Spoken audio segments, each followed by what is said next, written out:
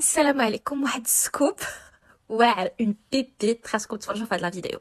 الوغ هاد خيتي شي وحدين شافوا لا فيديو ديالها، شي وحدين ما شافوش لا فيديو ديالها. المهم غنخليه لكم هنايا لهم وين ما كانوا. ونحكي على القفطان الجزائري.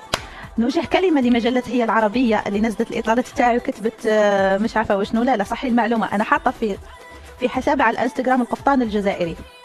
الوغ اون غرو هاد السيده ابارامون لبست هاد لو كافتون اللي كاتبه فيه هاشتاغ كافتون الجيريان. بيان سور هما غير لي هاشتاغ، ما كاين والو في الحقيقه.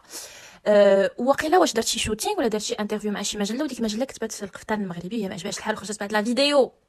حشومه، علاش المجله تكتبي قفطان مغربي؟ المهم ابارامون هي شاريه من هاد لاباج اللي مطاقيها هنايا.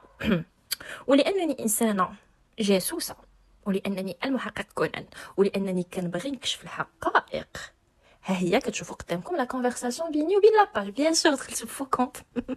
المهم كتشوفوا قدامكم ان السيده كتقول بانه القفطان مغربي و امبوسيبل دير شي حاجه. هي المهم هي باغا دير شي حاجه بحال هكاك في الجزائر وتخيطوا في الجزائر، ولكن سي امبوسيبل بوغ لانستون.